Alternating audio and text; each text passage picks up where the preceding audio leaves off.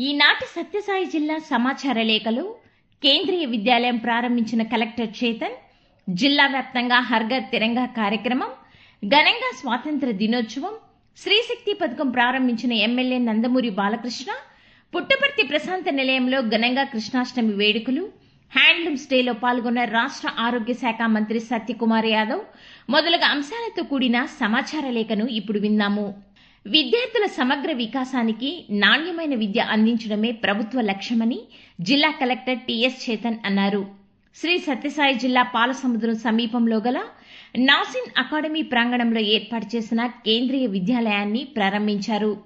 ఈ సందర్భంగా జిల్లా కలెక్టర్ మాట్లాడుతూ, గ్రామీణ ప్రాంతాల విద్యార్థులకు నాణ్యమైన విద్య అందించాలన్నదే ప్రభుత్వ లక్ష్యమని, ఇందుకోసం కేంద్రీయ విద్యాలయాన్ని ఏర్పాటు చేసిందన్నారు. తెలుగు, ఇంగ్లీష్, హిందీ మాధ్యమ విద్యార్థులకు మౌలిక సదుపాయాలను అందించడం ద్వారా భాషాపరంగా, అభ్యాసపరంగా వారిని సమానంగా తీర్చిదిద్దే ప్రయత్నం కొనసాగుతోందన్నారు. శ్రీ సత్యసాయి జిల్లా పుట్టపర్తిలో మువ్వన్నెల జెండా మెరిసింది. 79వ స్వాతంత్ర దినోత్సవాన్ని పురస్కరించుకుని పుట్టపర్తిలో బీజేపీ నాయకులు హర్ఘర్ తిరంగా ర్యాలీ నిర్వహించారు. ఈ ర్యాలీ హనుమాన్ సర్కిల్ నుంచి బస్టాండ్ వరకు కొనసాగింది. పుట్టపర్తి ప్రశాంతి గ్రామంలో ప్రభుత్వ ఆధ్వర్యంలో హర్ఘర్ తిరంగా ర్యాలీ నిర్వహించడం జరిగింది.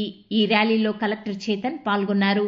ఆయన త్రివర్ణ పతాకాన్ని చేత పట్టుకుని విద్యార్థులు, ప్రజలతో కలిసి ర్యాలీలో ముందుకు నడిచారు.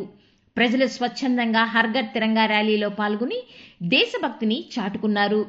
ప్రతి ఒక్కరూ జాతీయ పతాకాన్ని చేత పట్టుకుని బోలో భారత్ మాతాకి జై, వందే మాతరం, జై జవాన్, జై కిసాన్ అంటూ నినాదాలతో హోరెత్తించారు. పుట్టపర్తి పెరేడ్ మైదానంలో 79వ స్వాతంత్ర దినోత్సవ వేడుకలు ఘనంగా జరిగాయి.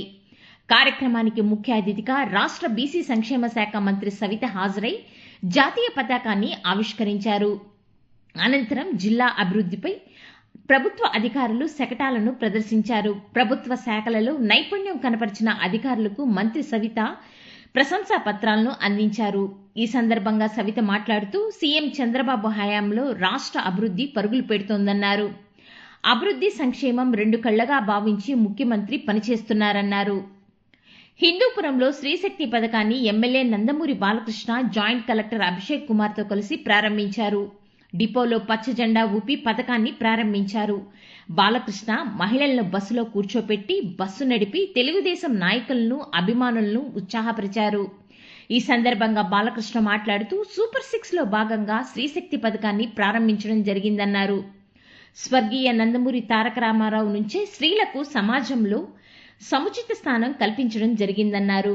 కాబట్టి సీఎం చంద్రబాబు నాయుడు అదే బాటలో పయనిస్తూ ఈ పథకాన్ని ప్రారంభించడం జరిగిందన్నారు.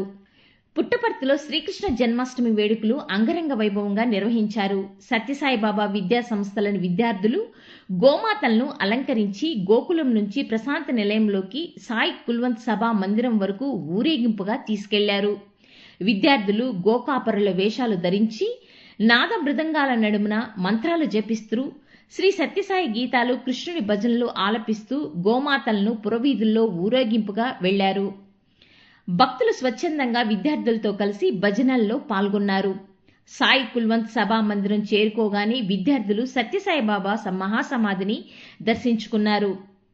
వారసత్వ సంపదగా నిలిచిన చేనేత రంగాన్ని అభివృద్ధి చేయడమే ప్రభుత్వ ధ్యేయమని రాష్ట్ర వైద్య ఆరోగ్య శాఖ మంత్రి సత్యకుమార్ యాదవ్ అన్నారు. ధర్మవరంలో నిర్వహించిన చేనేత దినోత్సవంలో ఆయన కలెక్టర్ చేతన్తో కలిసి ముఖ్య అతిథిగా హాజరై కదిరి గేటు వద్ద ఉన్న చేనేత విగ్రహానికి పూలమాలలు వేశారు.